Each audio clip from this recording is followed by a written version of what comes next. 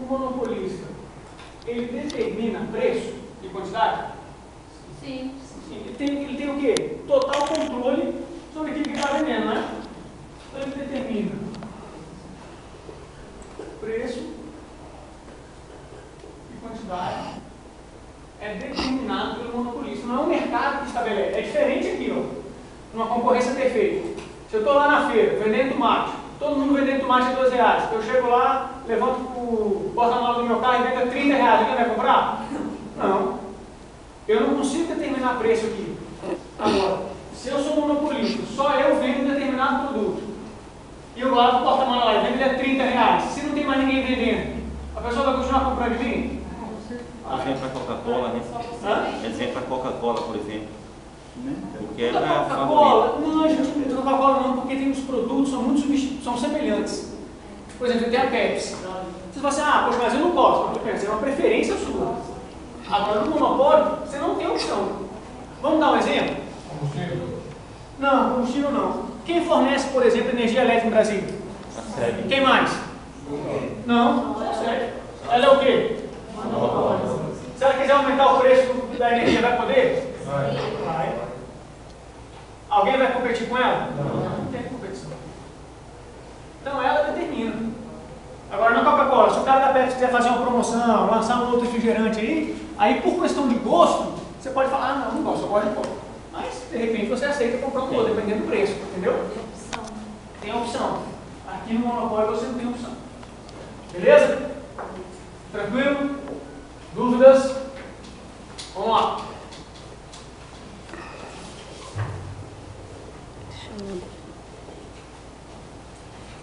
Oligopólio. Oligopólio tem uma pequena diferença em relação ao monopólio. Primeiro, quantos vendedores? Poucos. Essa concorrência monopólio, então, pula ela?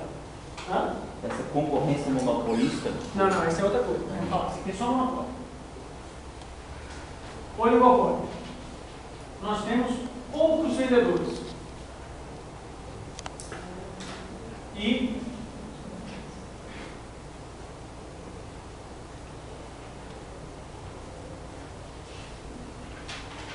muitos compradores.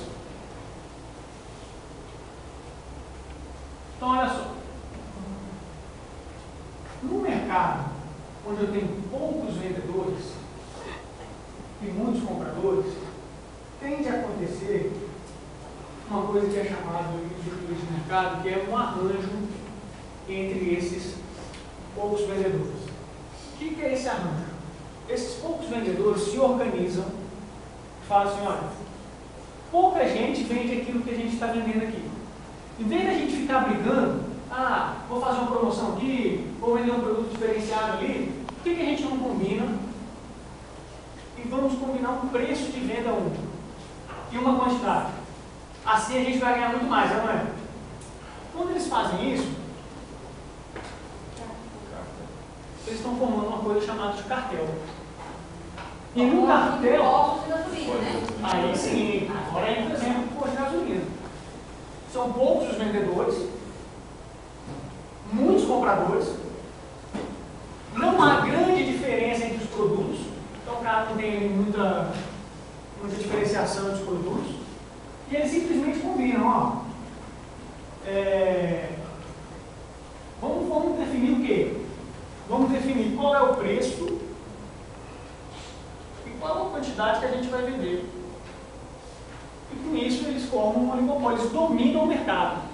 Aqui, assim como no monopólio, há um domínio de mercado. Na concorrência perfeita não. Lá, enfim, cada um tem um pedacinho seu.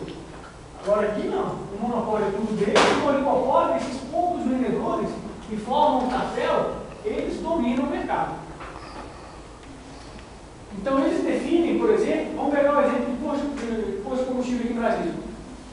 Eu vou definir qual o preço que eu vou vender a gasolina e quanto eu vou vender a gasolina. Como eles estão num cartel, a empresa individualmente não vai tomar essa decisão. Vai tudo passar pelo cartel.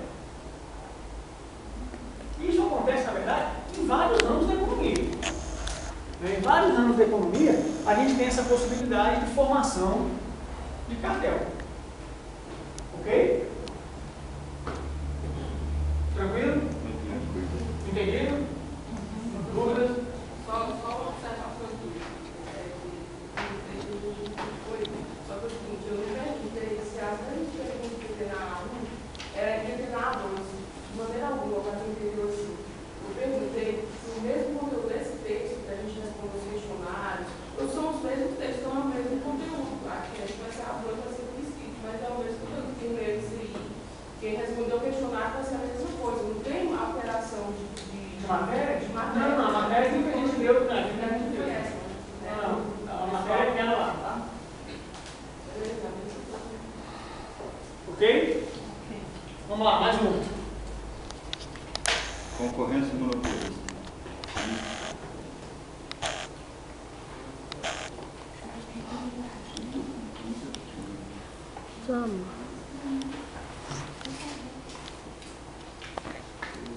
As principais características de concorrência e monopolismo.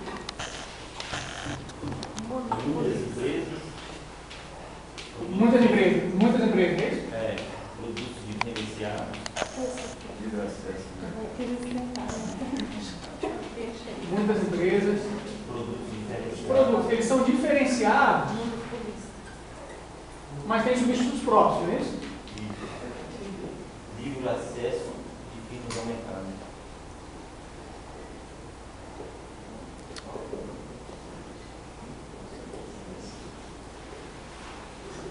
Tem mais? Livre acesso de firmas ao mercado. Ok. Tudo bem, amor? Então, olha aí. Diferente do monopólio, onde existe, na verdade, uma grande barreira de acesso. O exemplo que a gente deu da SEB. Tem uma barreira. Se outra empresa quiser formar fornecer energia em Brasília, pode? Não, tem uma barreira. Você não pode entrar. Na concorrência monopolista, é livre acesso. O cara pode entrar. Não tem nada impedindo ele. São muitas empresas no mercado. Diferente do monopólio, a gente só vai ter. Monopólio aí é os ônibus. Exemplo, transporte? Não, você está falando Esse é disso. Monopólio os ônibus. Na verdade, nos ônibus, a gente tem várias empresas. Pode até ser que as empresas sejam de um dono só. Aí a gente vai cair aonde? No oligopólio. Porque eu tenho poucas empresas que estão ofertando esse serviço de ônibus do Brasil. Elas combinam, formam ali um cartel e dominam o mercado. Aí então o sistema de ônibus no Brasil é mais parecido com o oligopólio. Tá? No caso do monopólio, que a gente tem SEB, CAESB. Entendeu? Bom, na concorrência monopolista, os produtos são diferenciados, mas com substitutos muito próximos. O que isso significa?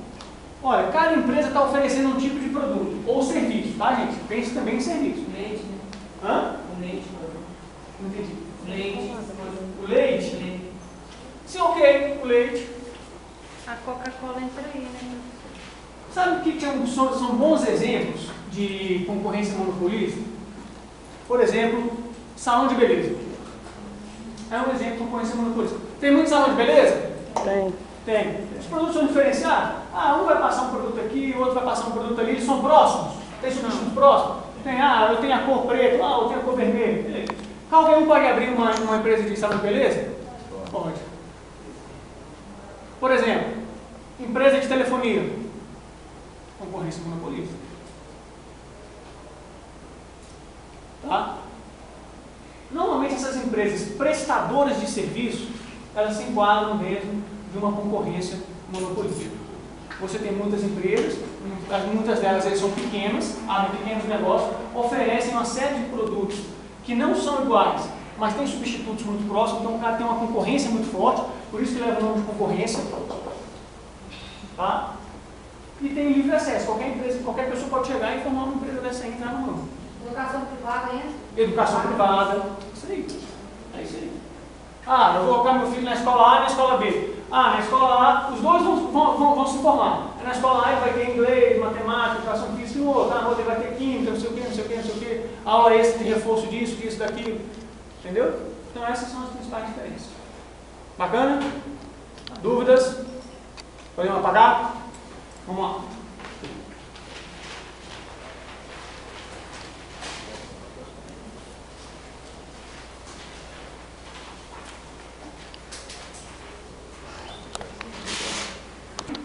Oligopsônio. Monopsônio, diferente do monopólio. No monopólio a gente tem quantos vendedores?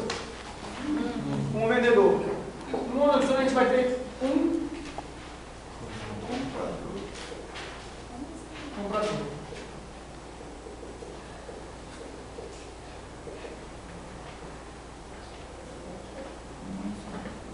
Muitos vendedores, coitados, vendedores. Hã?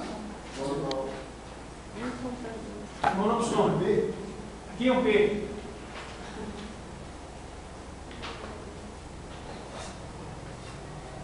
Tá no top 7 aí, o seu? É. Não. É. Do 6. 6, né? Na verdade é por o seguinte. É porque. Não, é porque o módulo 6. É módulo 6. Módulo 6, isso. Lá na plataforma, o módulo 6 entrou como tópico 7, porque o tópico 6 foi a prova. Certo. Entendeu? Deu para entender, tranquilo. Exemplo, monopsônio. O que a gente tem mais ouvido falar na televisão aí esses últimos dias, últimos meses aí? O que a gente liga a televisão e ouve falar? Vamos lá. Petrobras. Qual o problema da Petrobras? Hã? Corrupção. Que tipo de corrupção? Por que está tendo corrupção lá? Por causa que as empresas têm que pagar. Porque as empresas a mais para poder entrar no. estão vendendo para quem?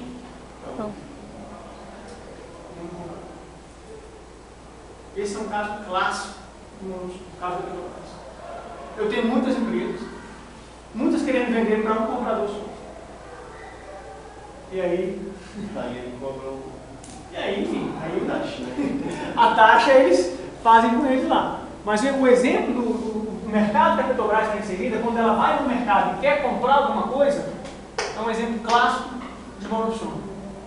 Só tem uma empresa do porte da Petrobras, estou pegando assim, o caso do Brasil, né? Só tem uma empresa do porte da Petrobras, do tamanho dela, só ela que vai comprar, por exemplo, ela vai comprar sonda para tentar achar as estruturas do pré-sal. Só tem uma empresa no Brasil que vai comprar isso. Tem um comprador para isso. Quem mais vai comprar sonda de petróleo? Ninguém, só a Petrobras. Então só tem ela. Agora tem muitos vendedores ali. Aí eles pegam, se arranjam. Eu quero construir uma plataforma. Qual a única empresa no Brasil que vai construir plataforma de petróleo? Só a Petrobras. Aí as empreiteiras se unem e falam assim, para poder vender essa obra para você, eu faço esse determinado arranjo aqui. Então, um exemplo clássico de monopsônio. Ok? Tá claro? Tranquilo? Oligopsônio. É o contrário do oligopólio, é isso? No oligopólio, o que eu tenho? Eu tenho poucas empresas, não é isso? Que dominam o mercado. Então aqui eu botei muitas empresas e poucos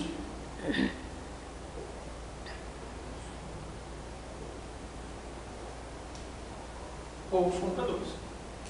É o exemplo contrário do oligopólio.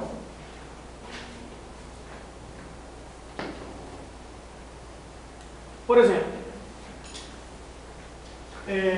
empresas que fazem fornecimento de matéria de peças para automóveis. Eu tenho poucos compradores que vão comprar autopeças? Tenho, né? Mas é o caso brasileiro. Vou ter ali 5, 6, 10 montadoras que vão comprar, vão necessitar autopeças. Agora eu tenho uma série de empresas de autopeças que vão fornecer para as montadoras. Ok? Montadoras em geral, carro, móveis. Não, aqui você está falando? Vai encaixar nesse exemplo. Não, olha só. Vamos pegar um exemplo da indústria automobilística. Isso. Tem muitas montadoras aqui no Brasil. Vamos lá, 10 montadoras, Isso. por vontade, né? Que pegar assim, dando 10 montadores, não vou contar. São poucos compradores? Então são poucas montadoras? São. Elas vão precisar comprar o quê? Autopeças. Para dar manutenção, fazer revisão, não sei o quê. Elas vão comprar de quem? Das empresas que fornecem um parafuso, fornecem um para-choque, fornecem equipamento de não sei o quê. Então, essas empresas que oferecem são muitas empresas. Que estão oferecendo para quem? Para poucas empresas. Mas foi isso que eu perguntei, se enquadra nesse exemplo. Isso se enquadra exatamente nesse exemplo.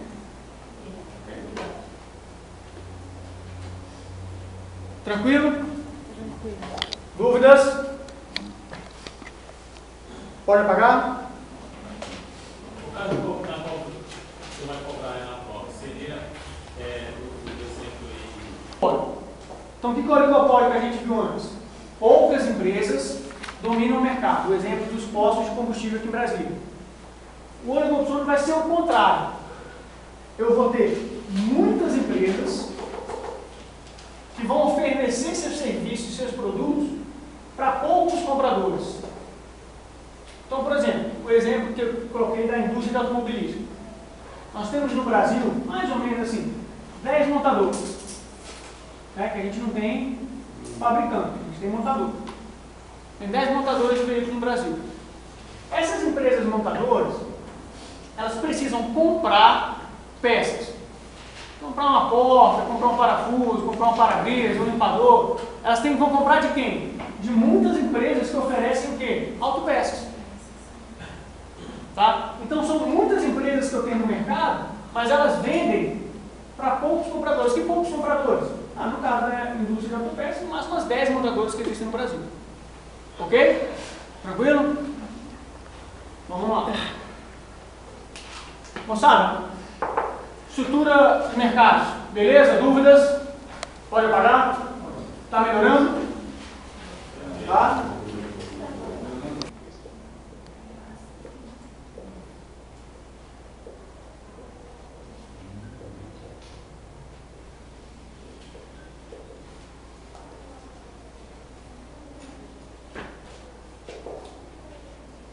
Vamos lá. Políticas macroeconômicas.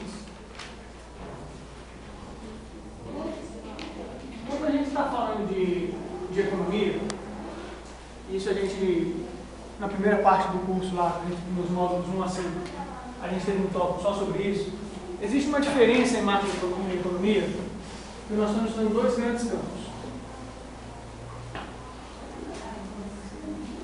A microeconomia e a macroeconomia. Quando a gente está falando de microeconomia, a gente está estudando basicamente as relações que existem no mercado entre preço e quantidade. Então, por exemplo, aqui a gente está falando de oferta e demanda, está falando de bens substitutos, bens complementares, que foi mais ou menos a matéria que a gente viu na primeira parte do curso. Quando eu vou para a macroeconomia, eu estou falando aqui de grandes políticas que eu estou tratando, porque na microeconomia eu estou tratando basicamente de quem? Empresas e famílias, né? Porque, gente, deixa eu só fazer um parênteses aqui, vamos relembrar uma coisa aqui. Como é que funciona uma economia? Antes da gente voltar, depois eu volto para cá. Como é que funciona uma economia? Eu tenho de um lado aqui famílias, tenho do outro lado aqui empresas. Então as famílias, elas vão oferecer para as empresas mão de obra, não é isso? Nós, família, vamos oferecer para as empresas mão de obra. As empresas com essa mão de obra vão fazer o quê? Produtos, serviços. Quando a gente oferece mão de obra para a empresa, o que a empresa faz com a gente? Paga salários. Quando as empresas oferecem produtos e serviços para a família, o que a gente faz com isso aqui? Remunera isso aqui, não é isso? Dinheiro também. Está circulando. É assim que funciona uma economia simples ou não é? A economia é tão simples assim? Não.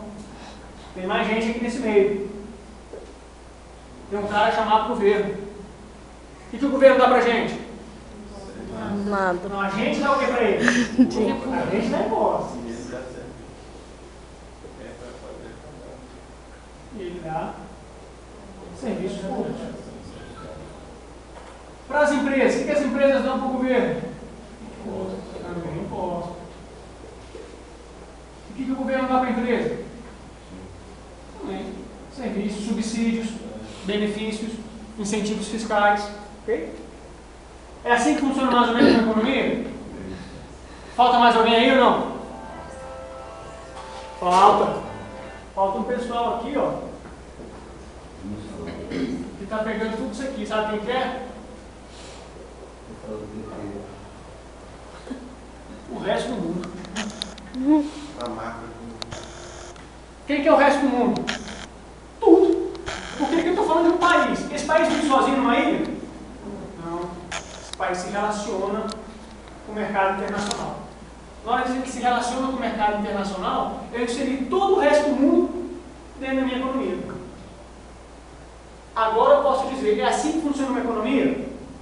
Mais ou menos assim. Falta alguém ainda? Falta alguém que muita gente não gosta. Alguém que fica mais ou menos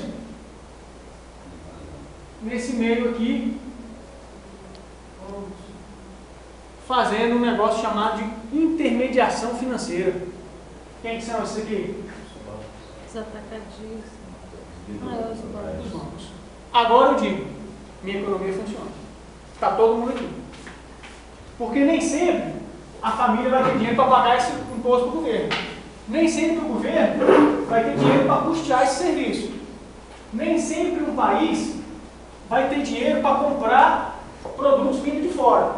Nem sempre quem está de fora vai ter dinheiro para comprar aquilo que a gente fabrica aqui. Aí a gente tem que ter esse pessoal aqui intermediando todo mundo. Financiando. Sendo, na verdade, um grande facilitador de dinheiro. É assim que funciona uma economia. Beleza?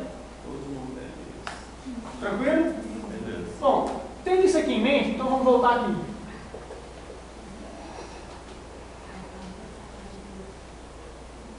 Quando eu estou falando de microeconomia, eu estou falando basicamente das famílias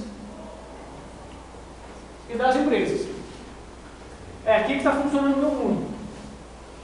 Eu estou querendo saber se eu vou pagar mais caro por um produto. Eu estou querendo saber se a empresa tem determinado serviço para me oferecer.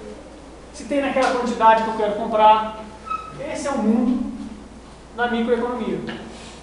Já o mundo da macroeconomia é onde eu estou falando das grandes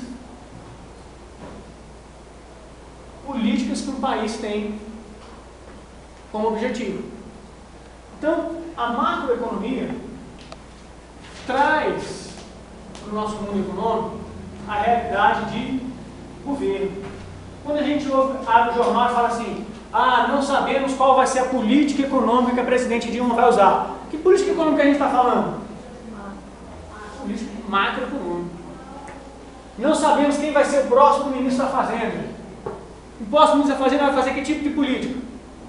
Macroeconômica. Está claro? Dentro dessa política macroeconômica é que ficam estabelecidos os grandes rumos que um país vai ter. Que tipo de política? Estamos falando, por exemplo, de política de estabilidade de preço. Quando a gente fala de estabilidade de preço, qual conceito que vem na nossa mente? Inflação. Então, eu estou querendo saber o seguinte: o governo vai controlar a inflação ou não? Isso é uma resposta que a política macroeconômica vai dar. Se eu estou falando isso aqui, eu estou falando também de emprego. Ora, eu estou querendo saber o seguinte: qual tipo de política macroeconômica o governo vai fazer para garantir o meu emprego? Isso é política macroeconômica. Eu vivo de Bolsa Família. Beleza. Então eu quero saber o seguinte: o governo vai manter minha Bolsa Família? Vamos ver qual vai ser a política de rendas que o governo vai adotar. Vou continuar o benefício? Vou aumentar o salário? Política de rendas. benefícios, de assistência social. Ah, o governo está fazendo uma política que vai começar a comprar produtos vindo do Iraque. Que tipo de política é essa? Política externa. Vou mexer na taxa de câmbio, em vez de ser 2,50 vai ser 2,80, vai ser 3, vai ser 1. Que tipo de política é essa? Política externa. Ah, o governo ouviu falar que amanhã vai aumentar a taxa de juros do Brasil. Que tipo de política é essa? Política monetária. De acordo com o seu exemplo, então, essa macroeconomia, ela se compõe pela política financeira do Estado. A política macroeconômica, ela dá as diretrizes para onde o governo vai pautar sua política econômica. Tá? Essas são as políticas macroeconômicas. Por exemplo, fui ver o jornal hoje e ouvi dizer que um pessoal chamado Copom, Comitê de Política Monetária do Banco Central, elevou a taxa de juros Selic para, vamos supor, 11,75% ao ano. Isso aqui é um exemplo de política monetária. Está mexendo na taxa de juros no país. Abri o jornal hoje e vi a seguinte manchete: governo volta com CPMF. E pode voltar, hein, gente? Está na pauta do dia. Disfarçadamente, mas está voltando. Está para voltar, está na pauta do dia. Petrobras tem que ser. Alguém tem que pagar essa conta, né? Alguém, né? Quando o governo fala que vai adotar a CPMF, que tipo de política macroeconômica ele está adotando? Monetário. Não, política fiscal. Ele está mexendo o quê? No imposto. Toda vez que eu mexo no imposto e aumento a minha arrecadação, eu estou indo para a política fiscal. Ok? Tranquilo? Política fiscal da debate acirrada, né? Acirrada? Na verdade, a política fiscal no Brasil, ela tem várias fases, né? Uma fase dela é antes de 2000 e depois de 2000. Depois de 2000 foi aprovada uma lei chamada Lei de Responsabilidade Fiscal, que diz, por exemplo, que o Estado não pode gastar mais do que ele arrecada. Até determinado momento cumpriu-se à risca essa lei. Depois já não teve mais um rigor assim tão grande em cumprir essa lei. O caso, por exemplo, desse ano aqui do governo do Distrito Federal é um caso específico desse, onde ele não vai conseguir cumprir a lei de responsabilidade fiscal. O governo federal esse ano não vai cumprir a lei de responsabilidade fiscal, que saiu no jornal semana passada. O governo faz manobra para alterar a conta de superávit primário. Ouviu falar isso? Sim. O que é isso? Política fiscal. Olha só vamos fazer um parênteses aqui. Li no jornal que o governo vai alterar uma conta para alterar alguma coisa chamada de superávit primário. Que palavrão é esse aí? Vamos pegar um conceito aqui. O governo tem duas contas. Numa conta ele arrecada, na outra conta ele gasta. Então eu tenho aqui uma conta onde eu recebo tributos e na outra conta onde eu gasto os meus tributos, uma série de serviços públicos que eu tenho que fazer. Se aquilo que eu arrecado for menor do que aquilo que eu gasto, o governo tem uma situação de déficit público. Isso é déficit público. Quando o governo arrecada menos do que ele gasta. Isso é uma realidade no Brasil? Isso é uma realidade em praticamente qualquer lugar do mundo. Não é no Brasil, em qualquer lugar do mundo. Aí acontece o seguinte: tenho déficit público, fiquei devendo, é ou não é? E aí, como é que eu faço se eu fiquei devendo? Se o governo for devendo, como é que ele faz? Aumenta a arrecadação. Aumentar os impostos. Você, pessoa física, fica devendo no final, como é que você faz? Paga o cliente. Vai buscar uma solução para equilibrar suas contas, não é isso? Faz o empréstimo. O governo tem um mecanismo de fazer isso? Tem. Como é que ele faz esse tipo de armazenagem aqui para poder zerar suas contas? No FMI, Não vai no FMI, também não aumenta o imposto. Sabe o que ele faz? Ficou devendo, não ficou? Tem que zerar minhas contas. Como é que eu faço para pegar dinheiro? Eu utilizo um negócio chamado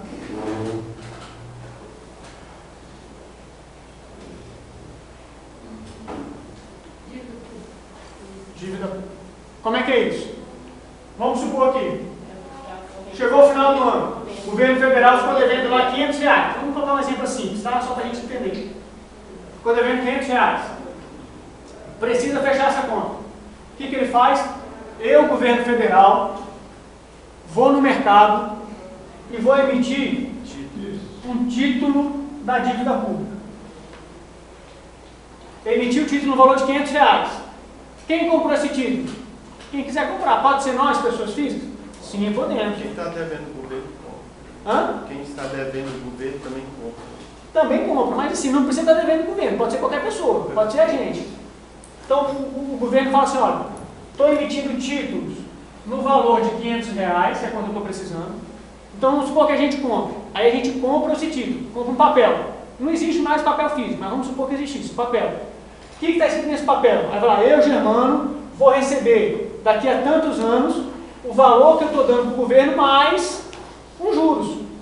Que eu também não vou dar dinheiro de graça para o governo. Nem o governo vai me dar de graça, ele vai pagar alguma coisa. Então vai ser isso aqui, mais juros. Na hora que o governo faz isso aqui e eu compro esse título, eu ajudei o governo a quê?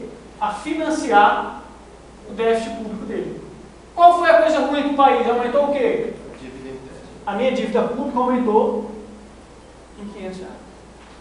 Lá na frente vai ser só 500? Não, juros. 500 mais os juros. Isso aí que é precatório? Precatório você tem que receber essa dívida. É. Exatamente o governo DF. Não, depende. Esse da dívida pública aqui, quando você vai financiar déficit, não é precatório. Precatório é quando o governo ele reconhece que deve uma dívida para você. E vai te pagar, por exemplo, eu peguei um terreno que era seu. No valor de quanto? De 500. Toma aqui 500 precatórios. Quando você vai receber? Não sei. Na dívida, você sabe quando é que você vai receber. Entendeu? Então é assim que funciona o mecanismo de financiamento do déficit público. Você financia seu déficit público via aumento da sua dívida pública. Mas nesse fato aí, o aumento dos impostos não seria para suprir também esse déficit público? Tudo bem, mas isso aí deveria ser uma medida o quê? Prévia, né? Porque é o seguinte, vamos supor que nós estamos no ano de 2014 aqui. Fechou o ano de 2014 já, seu balanço fiscal já fechou. Você já fechou no negativo. Você pode aumentar os impostos para que em 2015 isso aqui não repita. Mas O de 2014 já era, você já ficou devendo. ali é uma entrada mais rápida de recursos. Não, ali é direto. Porque isso aqui, gente, o governo vai no mercado, isso aqui acontece todos os dias. Nas bolsas de trabalho. Todos os dias o governo vai no mercado e fala, vou lançar título público pagando, por exemplo, essa taxa de juros aqui, que vem da política monetária. Esse caso aqui, da questão da dívida externa, foi paga a dívida externa, mas aumentou a dívida pública. Tem uma coisa que fala assim. Vamos lá. Olha só. Tudo bem, vamos falar sobre isso aqui. Gente, assim, estamos desviando um pouquinho da matéria, mas a ideia é que a gente dê aqui um apanhado geral, tá? Não está assim muito fora da matéria, não. É o seguinte, foi veiculado na imprensa, há alguns anos atrás, que o Brasil tinha pago sua dívida externa. Tá? O Brasil não pagou a sua dívida externa. Não pagou. O que o Brasil fez, há alguns anos atrás, foi quitar todos os empréstimos que ele tinha com o FMI. O Brasil hoje não deve mais ao FMI. Não deve mais. Mas ele tem dívida externa. Nesse mesmo sistema aqui, ó, deve dinheiro, ou então o Brasil precisa financiar alguma coisa. Lembre-se o seguinte, a dívida externa brasileira, ela é uma parte pública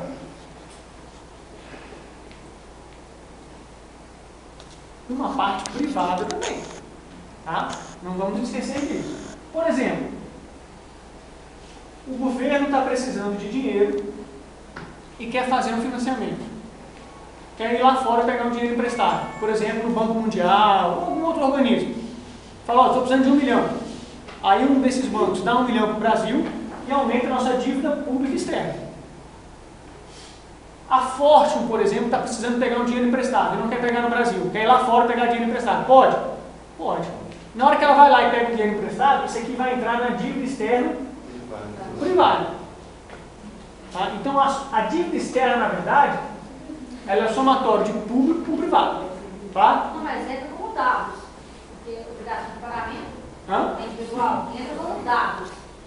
Sim, ele vai acrescentar na sua dívida. Cada um vai ter sua obrigação, mas a dívida era do Brasil. Uma parte privada e uma parte pública. Ok? Bom, aí olha só. Então, há um tempo atrás, o Brasil tinha, por exemplo, de dívida externa, 250 bilhões de dólares. Isso é a sua dívida externa. Paralelamente a isso, existe uma outra conta em economia que leva o nome de reserva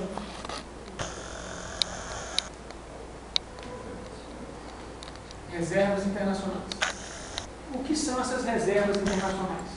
É quanto que um país possui, colocar assim entre aspas, guardado no cofre do Banco Central em moeda estrangeira, em dólar. Tá? Quando que o Brasil recebe esses dólares? Quando de repente entra uma exportação aqui, entra dólar, não entra? Pode circular dólar aqui dentro? Não é assim que tem lugar. Na verdade, você tem que pegar esses dólares, o Banco Central compra esses dólares, entrega reais para quem fez essa exportação. Uma empresa quer fazer um investimento estrangeiro aqui. Então, vem os dólares, o Banco Central pega esses dólares, dá dinheiro. Então, o Banco Central, na verdade, ao longo do tempo, ele foi acumulando essas reservas internacionais. Essas reservas internacionais são mais ou menos, assim, de grosso modo, aquilo que a gente pode chamar de um seguro que o país tem para qualquer problema. Você, pessoa física, você faz lá, tem lá as suas obrigações todo mês. Vai ser um determinado momento que você vai juntando um dinheirinho. Vai para quê? Se acontecer um problema, se eu bater o carro, se alguém ficar doente, se eu precisar de dinheiro, eu tenho de onde tirar o dinheiro. É isso, não é? Quando você faz um planejamento. Deveria ser assim, né? Nem sempre assim, mas deveria ser assim. A mesma coisa acontece com uma empresa. E a mesma coisa acontece com o país. Então o Brasil foi ao longo dos anos guardando essas reservas internacionais, que é a sobra de dólar que fica aqui dentro quando o Brasil faz negociações com o resto do mundo. Entrou mais dinheiro aqui do que saiu. Sobrou dinheiro, pega esse dinheiro e joga nessa conta aqui. Reservas internacionais. Se o país tem muita reserva internacional, o cara que está olhando de fora, o investidor que está olhando de fora, fala assim: se aquele país quebrar, ele vai me pagar, sim ou não? Se ele tiver muita reserva internacional, ele vai me pagar. É que nem vocês. Um banco vai dar dinheiro emprestado para vocês. Se vocês quebrarem, o banco vai saber de onde é que vai poder tirar dinheiro de vocês? Vai depender se você tem um imóvel, se você tem um carro, se você tem algum bem, o banco puxar para ele. Se ele acha que você vai pagar, se você tem muitos ativos, ele empresta para você. Um cara lá de fora, se acha que o Brasil tem muita reserva internacional, ele fala: beleza, esse país é mais confiável. Como é que o investidor internacional faz esse balanço se o país é mais confiável ou não? Ele olha o tamanho da dívida dele. Então vamos pegar nosso exemplo aqui: 350 bilhões. E olha quanto que esse país tem de reservas internacionais. Por exemplo, 300 bilhões de dólares. São os dados do Brasil, tá? Ele olha e fala assim: ele deve tudo, 250. Mas ele tem guardado lá no cofre do Banco Central 300. É um país confiável, não é? Se ele quebrar, ele tem dinheiro para me pagar? Posso investir nesse país? Posso. Então o que o Brasil fez foi o seguinte: ele atingiu um valor de reservas internacionais maior do que a sua dívida externa. Então o Brasil zerou a dívida externa? Não. Mas ele tem, entre aspas, dinheiro guardado em um montante superior àquilo que ele deve. Aí isso deu confiança. Aí o pessoal falou o seguinte: o Brasil não deve mais. Deve? Deve. Tem dinheiro para pagar? Agora tem. Se acontecer um desastre. E se livrou do FMI. Hã? E se livrou do FMI, que era... E se livrou do FMI. Totalmente lá, terrível. Pode utilizar? Pode. Vai utilizar? Não. Não. Porque no momento que ele utilizar isso aí, ele acaba com o seguro dele. E tem o seguinte, essa dívida aqui, normalmente essas dívidas com grandes empresas, com o governo, são todas dívidas de um prazo muito longo. Nós estamos falando aqui de 30, às vezes 50 anos você vai pagar um empréstimo. Mas vinculou dados que novamente já ultrapassou, já não está mais, já ultrapassou esse valor da dívida novamente. Não, No atual governo? Atual governo. não, as reservas continuam sendo maiores que a As dívida. reservas A reserva. continuam sendo maiores? Continuam maiores. Não, isso aqui é dado oficial, isso aqui é dado de hoje. Ah, sim. Aí, professor, Então, olha só. porque no caso aí, ele também vai cobrar um juro, né? Vai cobrar juros também. Assim, ficou só falando 50 milhões, mas aí o juro já... Não, mas aqui já é com juros. Aqui já é com juros. E tem o seguinte, esse dinheiro aqui também não está parado, né? A gente fala assim, está no cofre, mas o Banco Central está investindo esse dinheiro para ganhar juros também. Entendeu? Uma coisa lógica. Ninguém fica com o dinheiro parado. Só que aí acontece o seguinte, por que ele não paga essa dívida? Porque essa dívida aqui é de longo prazo. Então qual é o governo que vai estar hoje no poder e vai falar o seguinte, vou queimar toda a garantia que eu tenho para pagar uma dívida que só vai vencer daqui a 50 anos e vai me deixar numa situação difícil? E acontece a situação Quem vai de fazer última isso? hora, uma guerra, uma situação. Esse você não sabe, você não Provavelmente sabe. daqui a 50 anos ele pode triplicar ou quadruplicar o valor do Exatamente. mercado. Vai que ele queima tudo agora e precisa do dinheiro. Exato. Entendeu? Então nenhum governo vai fazer isso. Ficou apertado, ele queima um pouquinho, mas ali é seguro, é o colchão de segurança dele. A melhor coisa que foi feita foi essa questão de lembrar do FMI, que era o barragem. Isso aí foi. Porque o FMI, além de trazer empréstimo para a gente, ele impunha uma série de condicionantes. Uma das condicionantes, vamos pegar o gancho aqui, uma das condicionantes que o FMI impunha era que você tivesse superávit primário. Vamos resgatar o que a gente estava antes então. Então olha só, tenho aqui, fiquei numa situação de déficit público, tá? Então eu tenho minhas contas. De tudo que eu vou gastar, eu tenho dois tipos de gastos que o governo faz. Gasto não financeiro e gasto financeiro. O que é o gasto financeiro? É quanto que o governo gasta pagando os juros da dívida. Mais os gastos não financeiros. O que são os gastos não financeiros? Todo o resto, educação, saúde, segurança, enfim, programas sociais, tudo são gastos não financeiros. O superávit primário nada mais é o seguinte, é quanto que eu arrecadei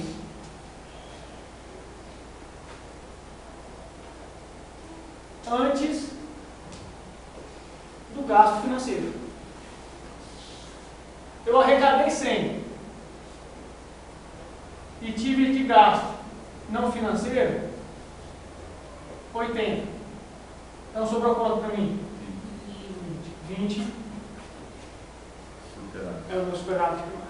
Eu vou pegar esses 20 e vou fazer o que com ele? Pagar uma parcela, que não dá tudo, dos juros da dívida. Isso é o superávit primário. O que a gente viu no noticiário essa semana aí? O governo fez uma manobra para, esse ano, não pagar o superávit primário. Por quê? Porque não conseguiu arrecadar muito dinheiro. Não arrecadou por quê? Não, eleitoral, gastou demais, enfim. Uma revisãozinha ali, ter o quê? Tributos. Tributos. Quanto você arrecada. É quanto você arrecadou antes dos gastos financeiros. Quanto você arrecadou, menos aquilo que você gastou nos seus gastos não financeiros. Arrecadei 100. Tive que pagar 10 para educação, 10 para saúde, 10 para segurança, 10 de benefício social. No final sobrou quanto? Sobrou 20. E quanto que eu tenho que pagar de juros? 30. Aí, em vez de ter um superávit primário, eu vou ter o quê? Déficit. E é isso que o Brasil vai ter esse ano. Então isso tudo aí está na macro, né? Tudo isso faz parte da macroeconomia. Mas o brasileiro sempre teve déficit. Sempre. Mas olha só, nenhum país do mundo tem superávit. Nesse conceito aqui, de déficit e superávit, praticamente nenhum país do mundo tem superávit público. Nenhum. Qual é a diferença? É você conseguir financiar o seu déficit público.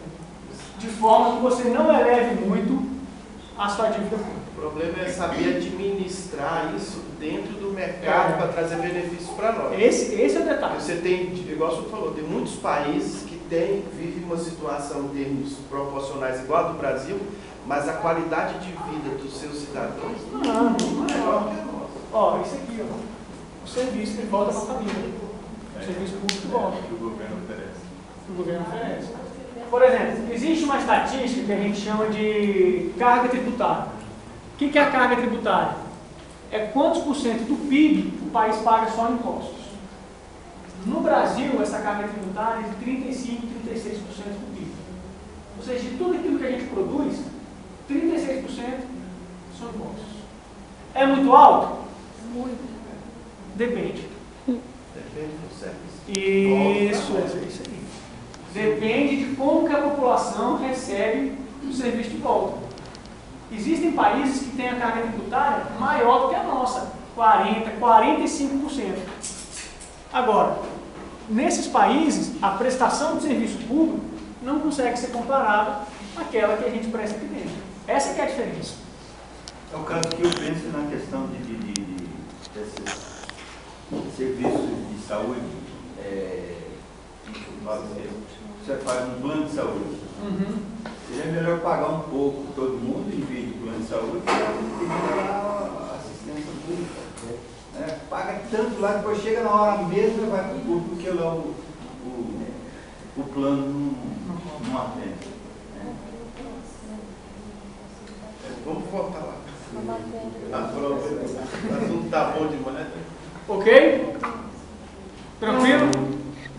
Pode pagar? Pode. Para marcar uma visita lá no Banco Central para ver essas reservas. Poder bater o olho e ver se está lá mesmo, né? Agora você sabe que fisicamente não fica lá. Não, eu vou falar que lá tem a Pequititura. Essa daí eu vi há muitos anos atrás, a maior perto de Nova Vida, tem uma mesmo. Não, isso.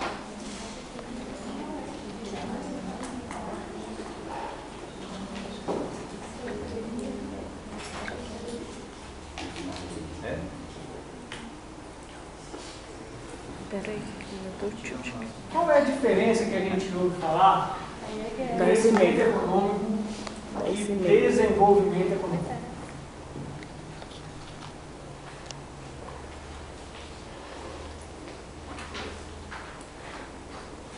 Primeiro, o que é crescimento econômico? Como é que a gente consegue dizer assim, o país está crescendo mais ou menos? Como é que a gente consegue afirmar isso? Qual instrumento a gente consegue fazer esse tipo de afirmação? Opa!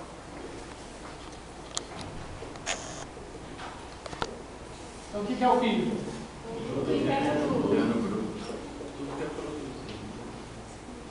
Essa aí está em que apostila? 7. Entre as 7. A gente está indo, a gente está. Do macro, político macro. A gente está caminhando aí entre elas. Então, produto interno bruto. O que é o produto interno bruto?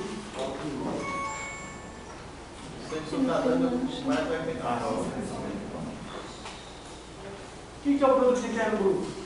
É tudo aquilo que é produzido no país, não é isso?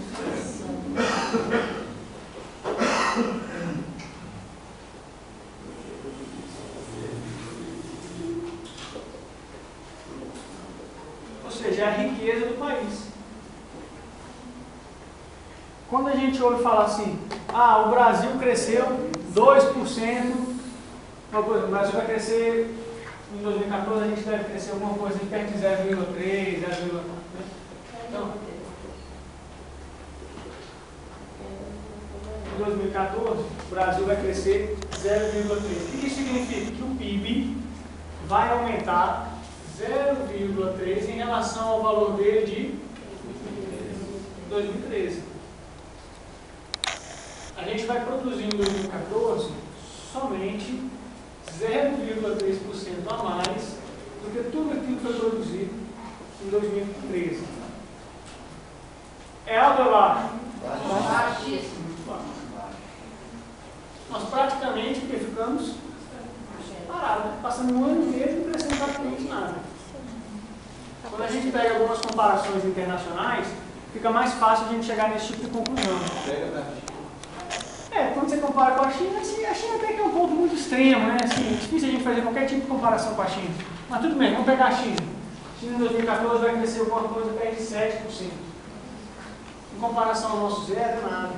Aí você fala, não, mas a China tem um modelo diferente, é um país que cresce muito há muitos anos.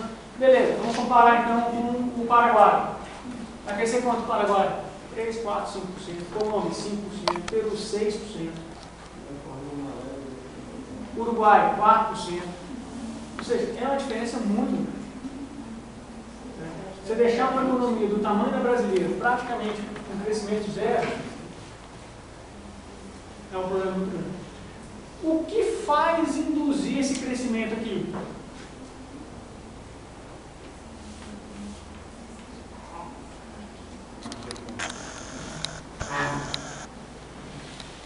As políticas macroeconômicas são indutoras do crescimento. Agora, gente, não pense que existem fórmulas mágicas para fazer o país crescer, porque não existe. Em economia, existe uma coisa que a gente costuma dizer o seguinte: economia, na verdade, é um grande cobertor curto. Se você cobrir o pé, a cabeça vai ficar fora.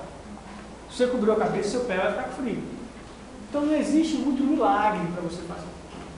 Tá? Então, assim, você tem que fazer uma coisa consistente. Por exemplo, no Brasil, a gente sabe que ele tem um problema nos últimos anos aí de retorno gradativo da inflação. É isso, não é? Uma das formas de você combater a inflação é através, por exemplo, dentro do rol de políticas macroeconômicas, você adotar a política monetária. O que a gente falou aí que é um exemplo de política monetária? Aumento de quê? Aumento de juros, não é isso? É exemplo de política monetária. Na hora que eu aumento os juros, a expectativa é que você diminua a inflação. Como é que isso acontece?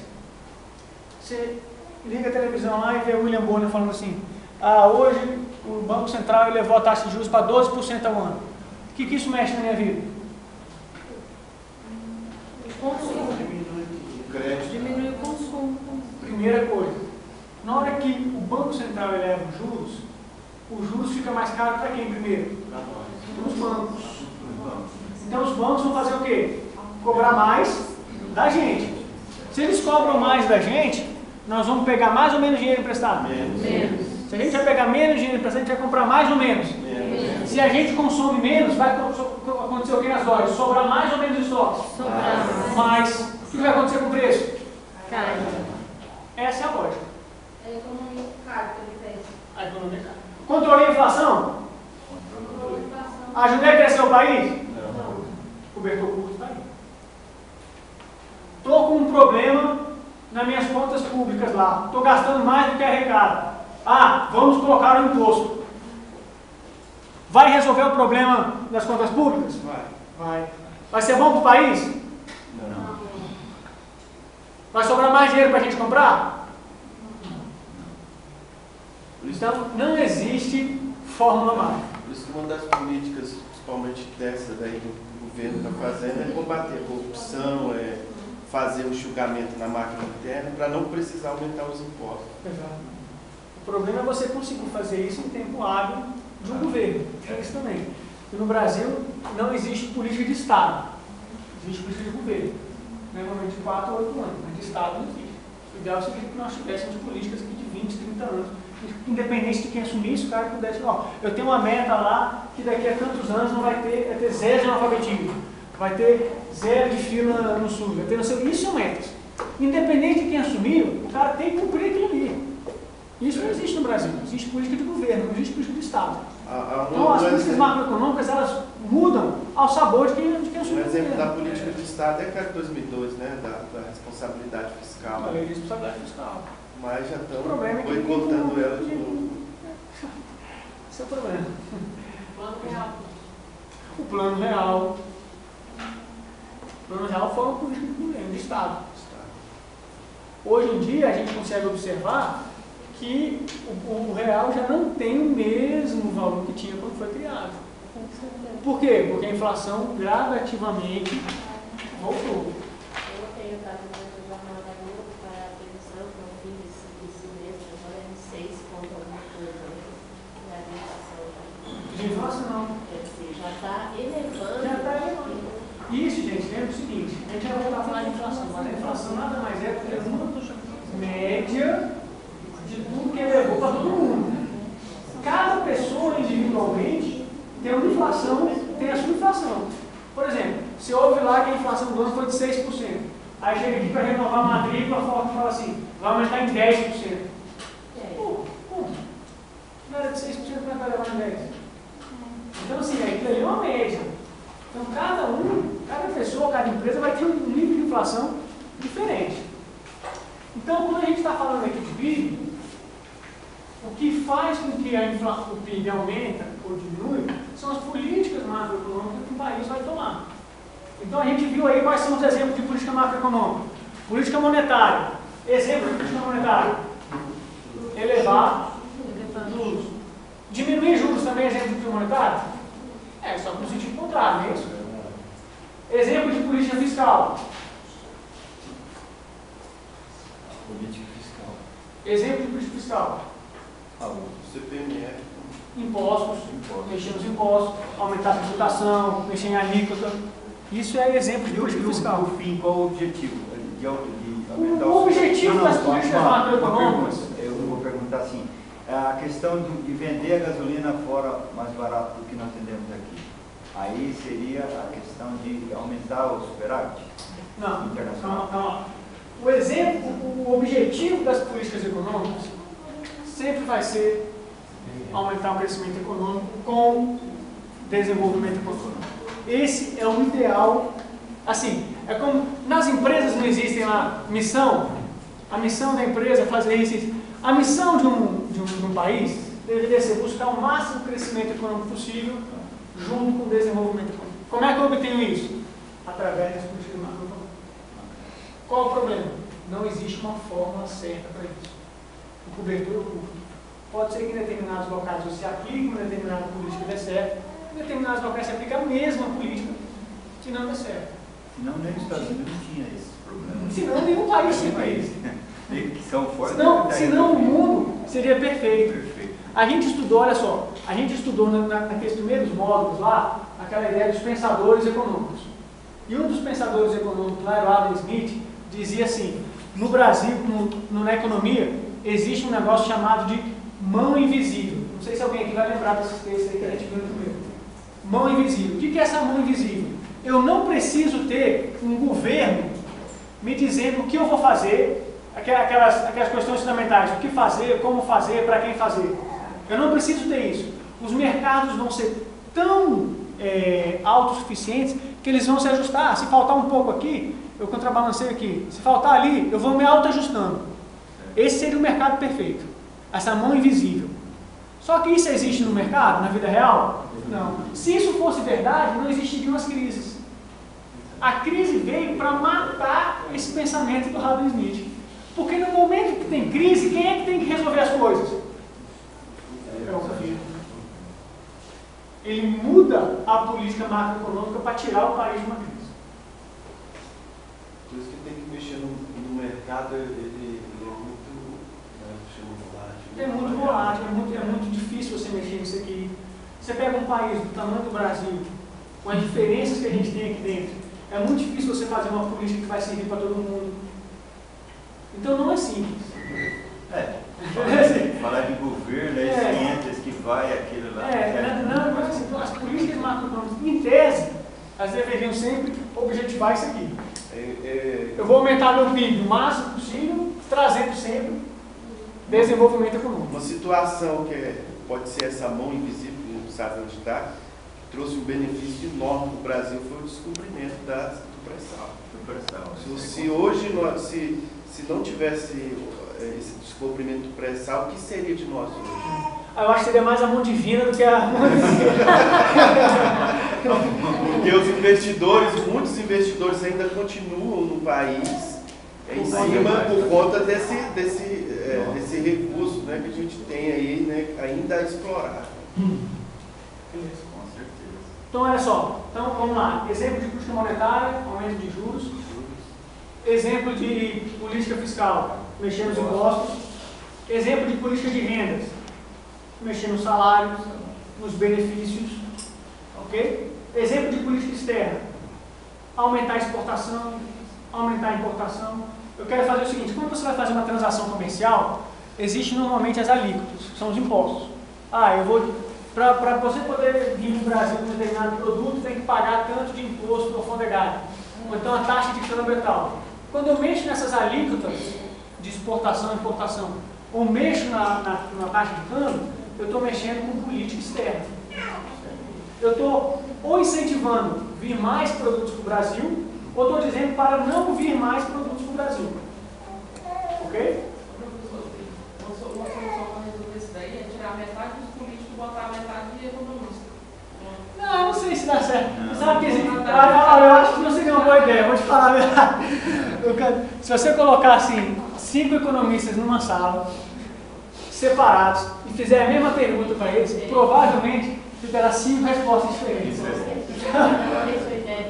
Então, assim, cada cabeça é um mundo, principalmente dos economistas. Os economistas viraram políticos, eles são igual. Tem esse problema, não misturarem tudo e jogar tudo igual. Sem contar o seguinte, tá? Assim, não estou fazendo nem propaganda contra ou a favor, mas o atual presidente do Brasil hoje é economista. Economista. Ela é formada em Formada em economia. ela quer andar sozinha mesmo. Ela tem as suas próprias convicções. É diferente da pessoa que não entende e pergunta para os outros. Ela acredita no dela e tem a convicção dela. Ela fica pensando assim, se eu chamar outro que tem Exatamente. mais, vou estar assinando que o diploma foi comprado. Exatamente. Ela tem a convicção dela. Gente, então, entendido aqui crescimento econômico? Entendi. Desenvolvimento econômico. É uma diferença sutil, mas muito importante. Quando a gente está falando de desenvolvimento econômico, eu não estou preocupado se o PIB vai crescer 1, 2, 10, 20%. Não é isso que eu estou preocupado. Eu estou preocupado se o nível de bem-estar da população está aumentando. É isso que é desenvolvimento econômico. Tá? Eu quero saber se a população, se o nível de bem-estar está aumentando. O que é isso? Se a população está tendo acesso aos bens básicos, se ela está empregada, se está aumentando a expectativa de vida, se a qualidade de vida dela está melhorando. Isso é desenvolvimento econômico. Existe uma maneira de se medir isso aqui? Sim, existe. Normalmente, quando a gente está estudando desenvolvimento econômico, a medida que a gente tenta adotar para medir se determinada localidade, país, município, estado, região, enfim, qualquer que seja, está melhorando seu desenvolvimento econômico, é analisar o IDH. E o IDH é o Índice de Desenvolvimento Humano. Países com alto índice de desenvolvimento humano são países economicamente desenvolvidos. Então, por exemplo, só um minutinho. Quando a gente, hoje em dia quase não existe mais esse conceito no mundo de país desenvolvido e país subdesenvolvido. Hoje ou o país é avançado ou rico, ele é emergente, então é muito pouco. Tá? Então, mas se a gente quiser lembrar alguns anos atrás aí que existia aquela, os tais países são subdesenvolvidos, como é que o cara analisava isso? Olhava o IDH. Ele não está preocupado, por exemplo, se o país é rico. Ele está preocupado se ele é desenvolvido. Vamos ver um exemplo? Olha, qual é o país mais rico do mundo hoje? E o segundo? Terceiro, Brasil. Não, o Brasil é oitavo. O Brasil é oitavo. O que significa isso? Que ele é o oitavo país com maior PIB. PIB, com maior PIB. Não desenvolvimento. É o caso, por exemplo, dos Estados Unidos e China. Os Estados Unidos, a gente afirma com certeza que ele é um país desenvolvido. A China, a gente afirma com certeza que ele é um país que não é desenvolvido. Se for analisar o desenvolvimento econômico do Brasil, ele chega a ser maior do que o crescimento econômico da China. O nível de desenvolvimento humano do Brasil, ele é maior do que o nível de desenvolvimento humano da China. qualidade de vida melhor. Ok? Mas também a China é melhor. Se na China Não nem se compara. É. O sistema de governo Não, você não compara nem a quantidade de gente que tem, cara. Então, Você desenvolver aquele povo todo a gente achar que está melhor do que a China também não quer dizer muita coisa, não quer dizer muita nada, coisa. né? A gente só está assim, pegando duas grandes medidas para ver a diferença de crescimento e desenvolvimento. Então, o país crescer muito não quer dizer que ele é desenvolvido. Certo. O país ser rico, China é um país rico, possui o segundo maior PIB do mundo, mas não é um país desenvolvido. Por exemplo, aqueles países produtores de petróleo, a Arábia Saudita e aquela turma do Oriente Médio, são países extremamente ricos. Aqueles grandes sheiks, tudo que a gente vê na televisão, ouro para tudo que é lado, são países extremamente ricos. São desenvolvidos? Não. Você tem uma concentração de dinheiro na mão de pouquíssimas pessoas. Professor, mas a cultura deles acha que contribui para esse desenvolvimento? Daqueles países? Você está trazendo de cima, dos Estados Unidos? Não, esse que você acabou de trazer. Sim, com certeza. A cultura tem muito a ver com o desenvolvimento. É cultura e sistema político, né? Você não tem democracia, né? Os direitos humanos são muito diferentes daquilo que a gente tem aqui no Brasil. Então, com certeza, isso aí contribui para a concentração. Então, como você concentra muito, você não distribui o seu desenvolvimento. Esse é um problema deles, uma característica cultural mais deles. Então, o que acontece? Muitas vezes a gente ouve falar o seguinte, vamos tomar uma medida chamada de PIB per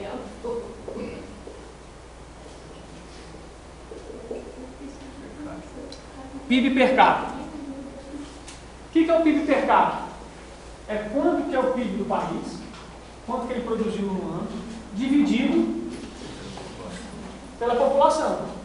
Isso é o PIB per capita. É o PIB. A mesma coisa que falar renda per capita? Mesma coisa que renda per capita, mesma coisa. Aí eu vou ter, vamos chamar aqui então de renda.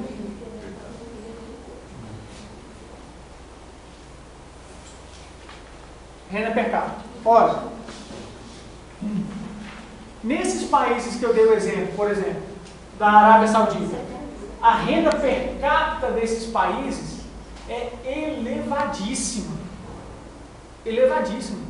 Porque eles são muito ricos, a população não é muito grande, então eles têm uma renda per capita elevada. São países desenvolvidos?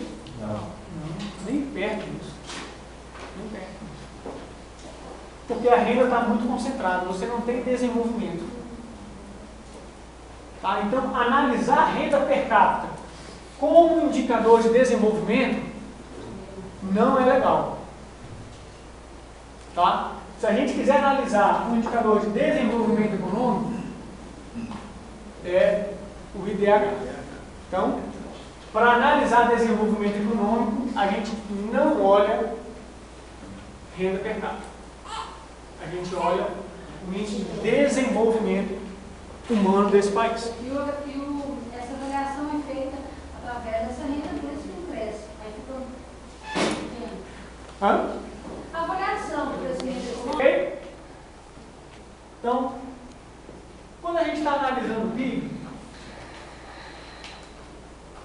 existem algumas peculiaridades na hora que a gente vai fazer o cálculo desse PIB. Primeiro, o cálculo do PIB ele é feito em unidades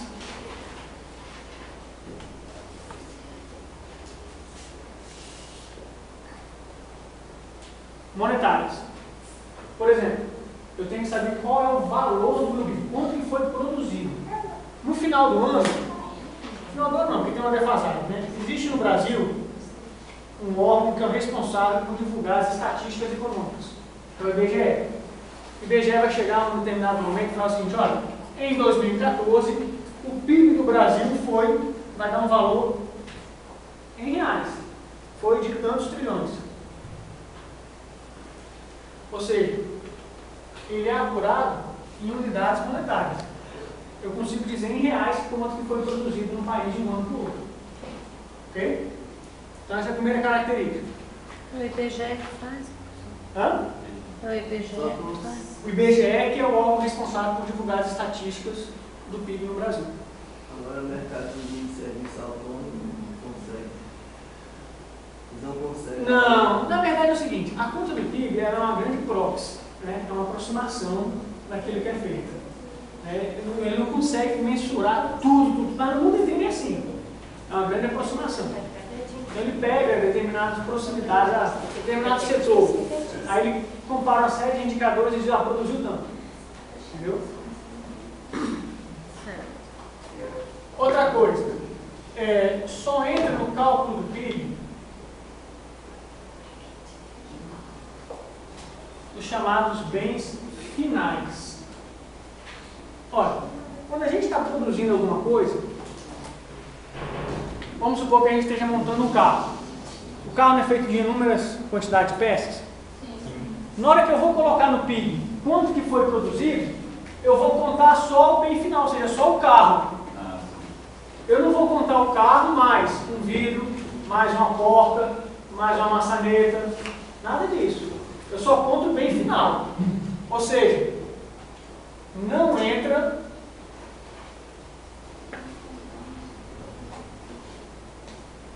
os bens intermediários.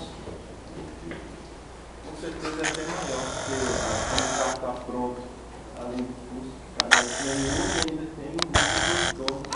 Porque imagina que não faz sentido, né? Porque você vai chegar numa loja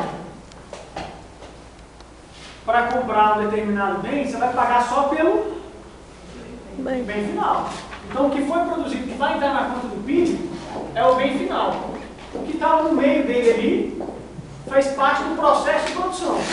Ele não é contabilizado para entrar no PIB. Agora, eu cheguei numa loja e comprei um vidro. Aí é o bem final.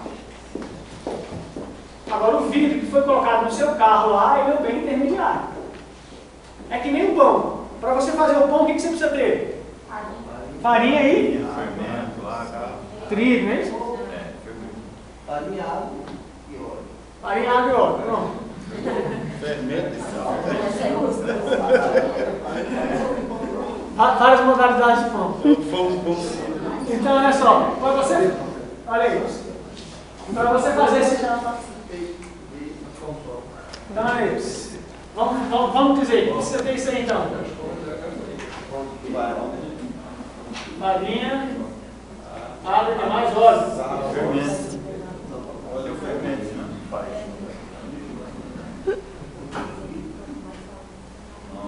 Povo entendedor de Então, pão, menino. Pela receita aqui, assim que faz muito pão.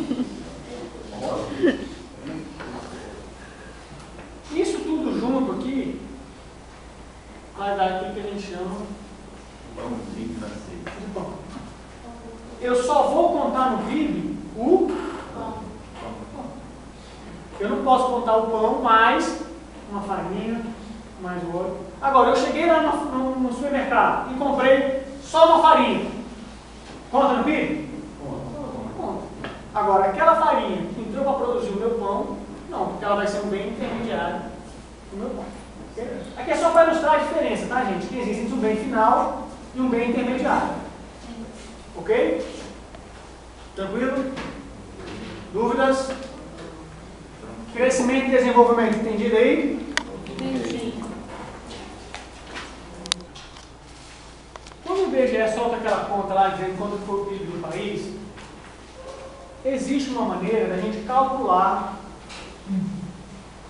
a formação desse PIB. Então existem os componentes do PIB.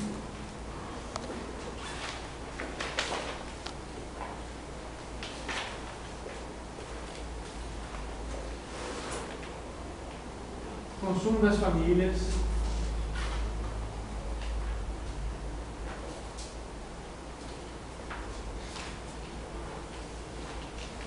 consumo do governo,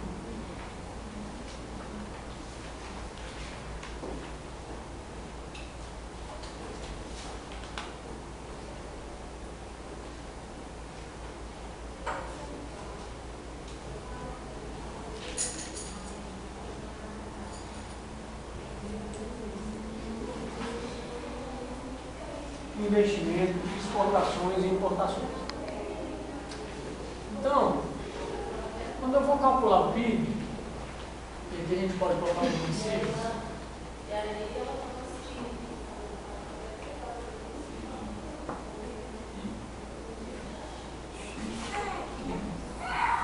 Se vocês pegarem qualquer livro para ver, quando a gente tem lá a formação do PIB, essas vão ser as principais siglas que você vai encontrar lá sobre formação do PIB.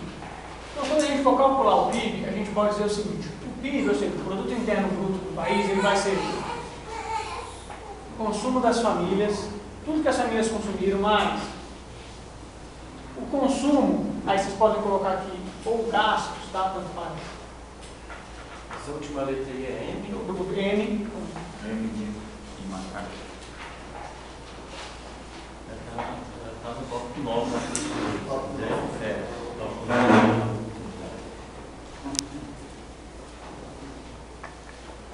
Então, essa fórmulazinha aí é a maneira que a gente tem de calcular o produto interno. É uma das maneiras que a gente tem, a mais convencional, pela lógica da demanda, como é que a gente faz para calcular o PIB de um país. Então, o PIB do país seria quanto que as famílias consumiram, mais quanto que o governo consumiu, mais todos os investimentos que foram feitos no país, mais as exportações, tudo que a gente produziu e mandou para fora, menos aquilo que a gente comprou do resto do mundo, que são as importações. Ok? Isso a gente pode fazer um exemplo numérico disso aí. Tá? Vamos fazer aqui, por exemplo, vou dar valores aqui, tá? E aí vocês me digam quanto foi o valor do PIB aqui. O consumo da família e o consumo do governo é Isso.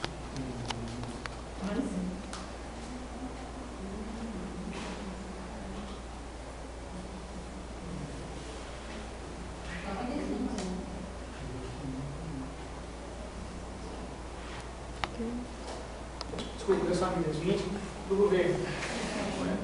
50, 30 de investimento, 10 de exportação, menos 15 de importação. Quanto é que daria esse PIB aí?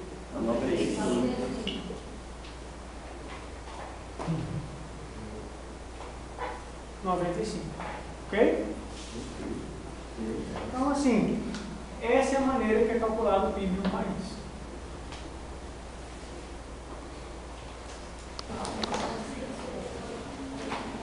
Vamos lá. Inflação. Qual que é o conceito de inflação?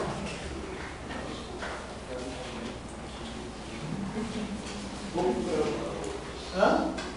Aumento contínuo generalizado.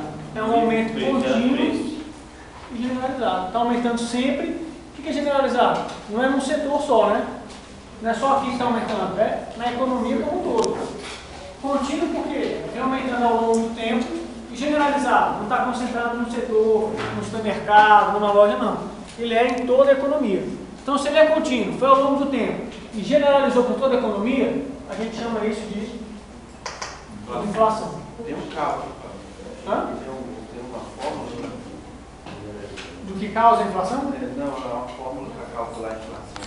Não, o que existe é o seguinte: todos os países possuem índices de inflação. Tá?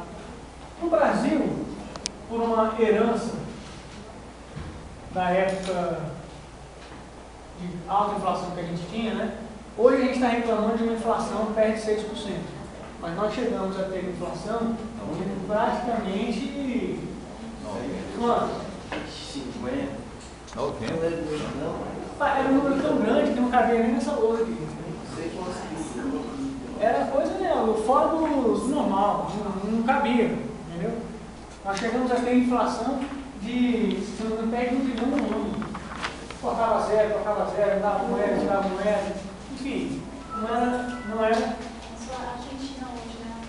como está na Argentina hoje em dia. Na Argentina ainda tem uma coisa pior, que eles não estão colocando a informação verdadeira. Tinha. O que aconteceu? No Brasil criou-se uma série de indicadores de preço. Então tem IPCA, IPC, Indicadores de quê? de preço. É indicador de inflação, índice de inflação, né? IGPDI, INPC, INCC, IPCA. Primeiro aí, né? Primeiro IPCA.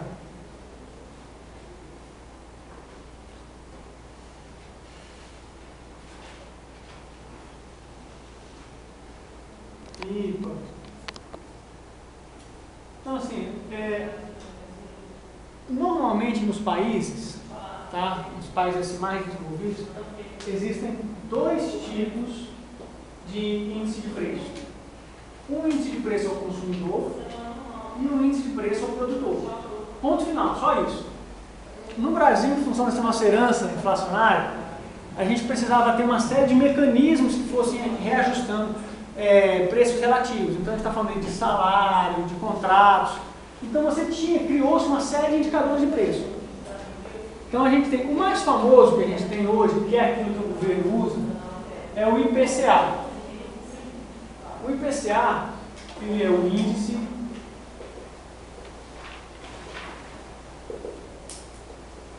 de preço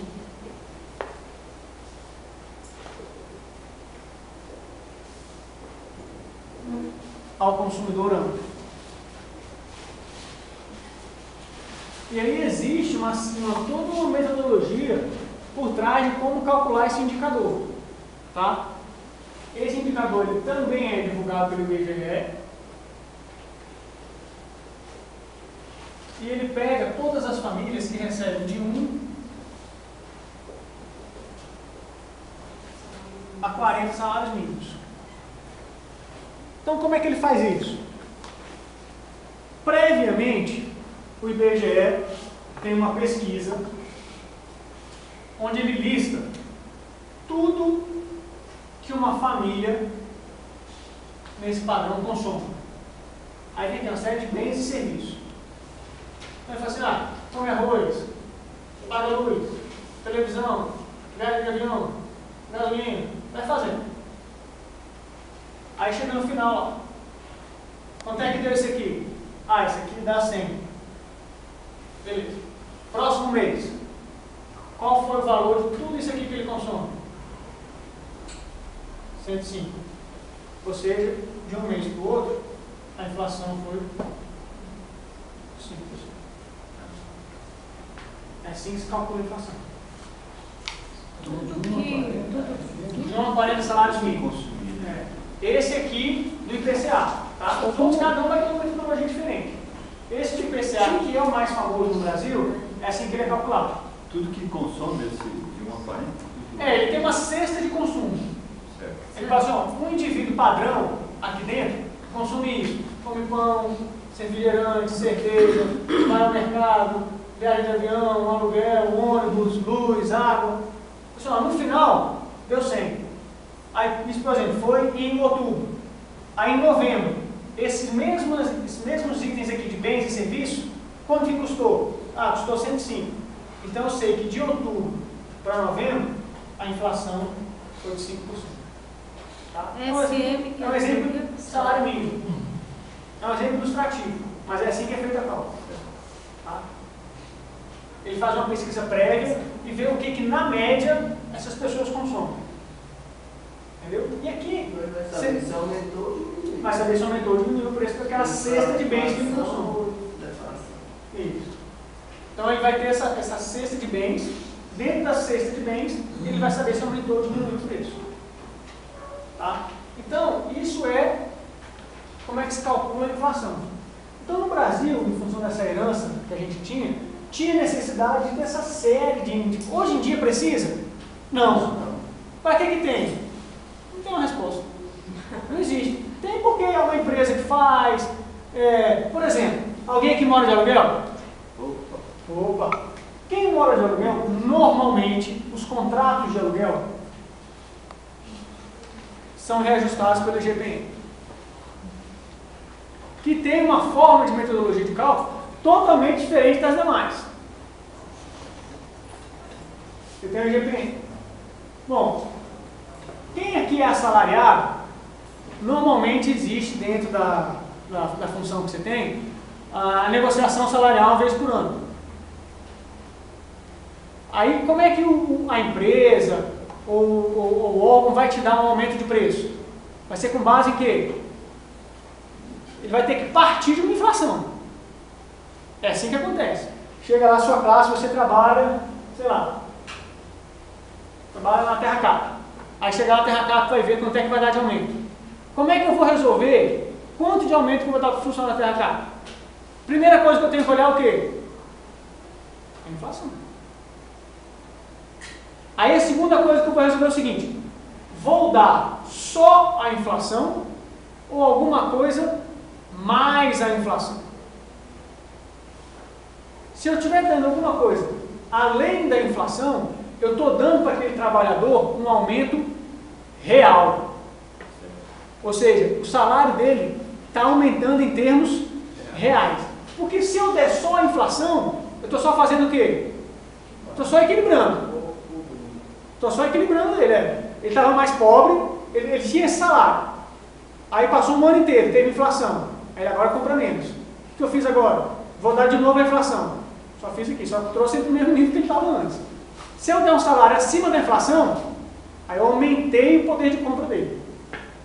Aí é uma decisão da empresa. Qual é o problema que existe? Normalmente, nas negociações salariais, o índice de inflação utilizado pelas empresas, normalmente, é o INPC. Que tem uma metodologia semelhante à do IPCA. A diferença é que, em vez de ser de 1 a 40 salários mínimos, é de 1 a 8 salários mínimos. Aí tem lá, vamos supor, deu 6% de INPC. Aí a empresa fala assim, beleza, vou aumentar seu salário então de 6%. Equilibrar seu salário com a inflação. Aí você vai lá renegociar seu aluguel. E o cara olha para o GPM e fala assim, não, o GPM foi 10%. E se ele reajustar em 10%, na hora você já ficou 4% mais pobre. Sem fazer nada. Só porque quis renovar seu aluguel. Aí eu pergunto, faz sentido existir isso aqui? Não faz menor sentido. Faz sentido para quem? Faz sentido para quem está alugando, né? Para quem é o proprietário, que é rentista. Entendeu? Então não faz sentido. Então é isso assim. E no Brasil existe por exemplo, existe um índice de preço só da construção civil. Quem paga financiamento aí, até você pegar o imóvel, quando ele está na planta, você vai pagando INCC. Ou ICC. Ou ICC. Aí você fala assim, pô, meu salário não aumenta pelo ICC, por que eu tenho que pagar ICC? Aí depois que você entrega ele, que ele te entrega, o cara vai te cobrar 1% mais IGPM. Foda. Mais IGPM, 1% mais IGPM. É 1% por mês. Então você já começa no ano com 12%. Se o IGPM dele deu 22%, então o salário foi ajustado em 6%. Aí você fala, pô, vou entregar esse apartamento que eu não consigo pagar. Aí é a razão. Entendeu? Então não faz sentido. Então, num país sério, você só tem 2 tipos de preço. O preço ao consumidor e o preço ao produtor. Só isso. O resto é meramente para você fazer estatística. Contrato reajustado no índice de preço, que não é o índice de preço que é reajustado no seu salário. Não faz o menor sentido isso. Entendeu? Então, entendido como é que é a inflação, entendido como é que é a conta, as classes mais baixas. Mais baixas. Por quê? A renda menor, a pessoa não tem como se proteger, não tem acesso a um banco para fazer uma aplicação. Então, acontece o seguinte, a inflação ela é uma punição, principalmente para as famílias de classe mais baixa. Okay? Olha, prejudica também as famílias de classe mais alta? Lógico, mas não na mesma magnitude, porque a família de classe mais alta, além de ter um rendimento maior, tem outros mecanismos de tentar se proteger da inflação. Okay? Por exemplo, cobrando aluguel, um indexador do IGPM, isso é uma forma de se proteger da inflação. Okay? Atrapalha também as empresas? Lógico. Imagina o seguinte, você é um empresário e tem lá que fazer o seu planejamento orçamentário. Quanto que eu vou gastar esse ano? Quanto que eu vou contratar gente, mão de obra, material? Para você fazer isso, você tem que ter o quê? Uma expectativa de quanto vai ser os seus gastos. Você tem que ter uma expectativa de inflação. Quanto é que eu vou pagar mais de salário? Quanto é que eu vou pagar mais de aluguel? Quanto é que eu vou pagar mais de insumo que eu estou comprando? Então a inflação acaba penalizando também o quê? O planejamento das empresas. Ou seja, inflação é bom para alguém? Não é bom para ninguém. Ok? Além da inflação, a gente tem outros dois conceitos. Deflação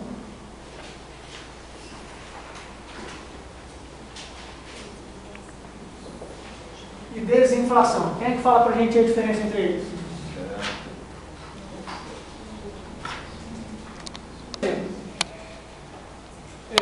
Se a gente, vamos colocar aqui, outubro de 2014, novembro de 2014. Então aqui eu tive 6% de inflação, e aqui eu tive, por exemplo, 7% de inflação. Ok? Na deflação, se aqui eu tive 6% de inflação, para ter uma deflação, quanto que eu teria aqui? 5, 24.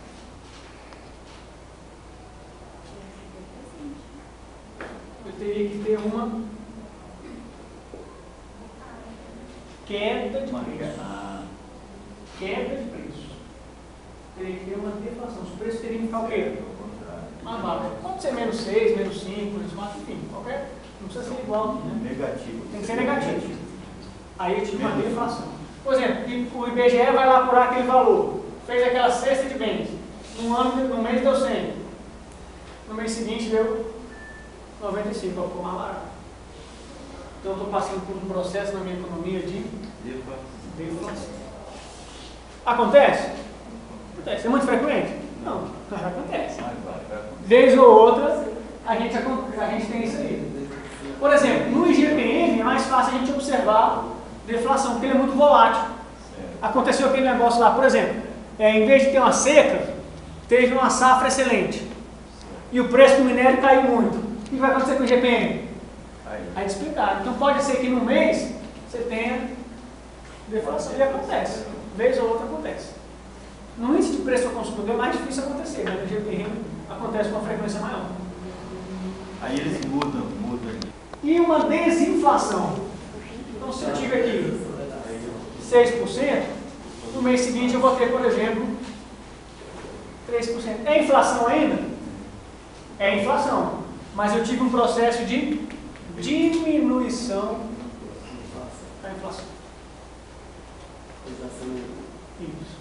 Desacelerou. Continua crescendo, mas no ritmo menor. Não chegou a ter uma deflação. Não cheguei a ter uma deflação. Só diminuiu os. O Brasil adotou esse sistema chamado de metas para a inflação. O que diz esse sistema?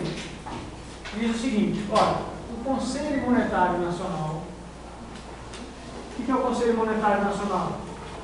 É um órgão compreendido por 3 membros. Você tem o presidente do Banco Central, o ministro da Fazenda,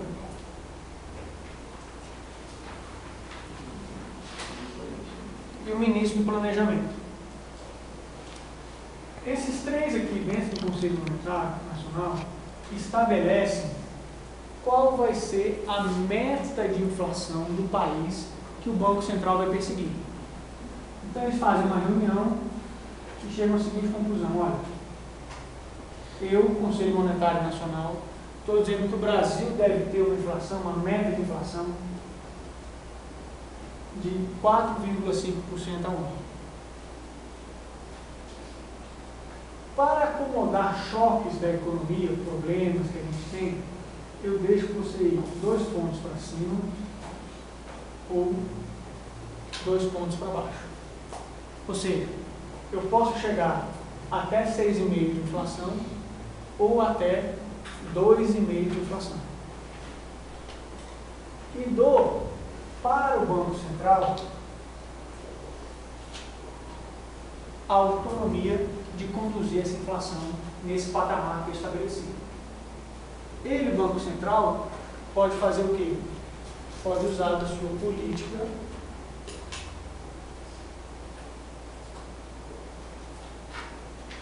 monetária para conduzir a inflação para aquele patamar ali.